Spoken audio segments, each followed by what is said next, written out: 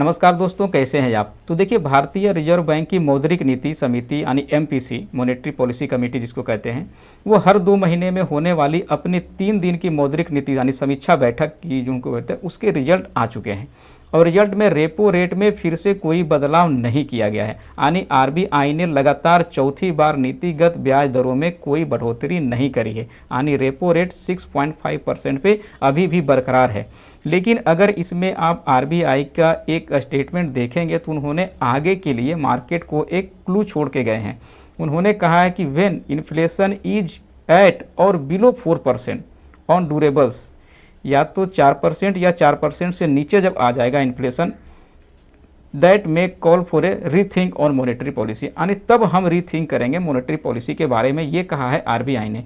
तो ये एक मार्केट को बड़ा क्लू छोड़ के गए कि यानी उनका साफ साफ टारगेट है कि हमें जो इन्फ्लेशन है वो 4% या 4% से कम हो जाएगा, तब हम मॉनेटरी पॉलिसी के बारे में कुछ सोच सकते हैं। लेकिन देखिए आगे क्या है कि चुनावी मौसम आने वाला है और ऐसे में मुझे नहीं लगता है कि आरबीआई कोई और इन्फ्लेशन में वृद्धि करेगा। देखिए, आरबीआई पॉलिसी में भले ही कोई चेंजेज नहीं हुआ है, कोई बड़ा मूव आपको नहीं देखने को मिला मार्केट में, लेकिन बजाज फिनसर्व और बजाज फिनंशियल में आपको एक बड़ा जंप देखने को मिला है। अगर बजाज फिनसर्व की बात करें तो 6% बढ़ा, अगर हम बजाज फिनांस की बात करें तो इसमें भी 4% की बढ़ोतरी देखने को मिल रहा है। अब आइए, सबसे बड़ा बात है कि ये जो जंप देखने को मिला है बजाज फिनसर्व बजाज फिनंशियल में, वो किस कारण से मिला है। तो खबर ये निकल के आई है कि बजाज फिनांस जो है वो 10,000 करोड़ का कैपिटल गेन करने वाला है, यानी वो फंड रेज करने वाला है। उसमें से 2 तरीके से ये फंड रेज करेंगे। पहला की आईपी के थ्रू, तो क्यूआईपी क्या होता है, तो क्वालिफाइड इंस्टीट्यूशनल बायर, और दूसरा इन्होंने करेंगे प्रिफरेंशियल अलॉटमेंट के थ्रू।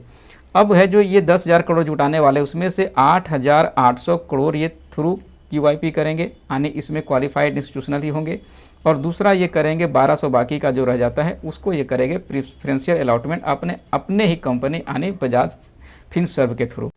अगर आप एक बात पे गौर करेंगे तो जेफरीज ने 5 अक्टूबर को ही उन्होंने इसके लिए टारगेट दे दिया था। खास करके उन्होंने बजाज फाइनेंस को बताया था कि 5 अक्टूबर को ही बाइंग की सलाह दिया था, और 8,830 तक का उन्होंने टारगेट दे दिया था, और लगता है इनका टारगेट आपको जल्दी ही पूरा होता हुआ दिख जाएगा। और उन्होंने रीजन दिया था कि हम बजाज फाइनेंस को बाई करने की क्यों सलाह दे रहे हैं, तो उन्होंने कहा था कि स्ट्रॉन्ग ग्रोथ कंटिन्यू इसका रहने वाला है, growth in the customer base remains strong. उन्होंने ये भी कहा था कि इसका कस्टमर बेस है वो जियो फाइनेंशियल के आने से अभी प्रभाव इस पर पड़ने वाला है नहीं, क्योंकि अभी कुछ काम कर नहीं रहा है, इसलिए इसका जो कस्टमर बेस है वो स्ट्रॉन्ग रहने वाला है। कंपनी का डिपॉजिट्स 40% और ईयर ऑन ईयर इसका बढ़ने का अनुमान है, जो कि बहुत अच्छा वृद्धि है। और उन्होंने आगे ये भी कहा था कि लिक्विडिटी की कंपनी के पास कोई कमी नहीं है, आवश्यकता अनुसार कंपनी के पास लिक्विडिटी भरमार है।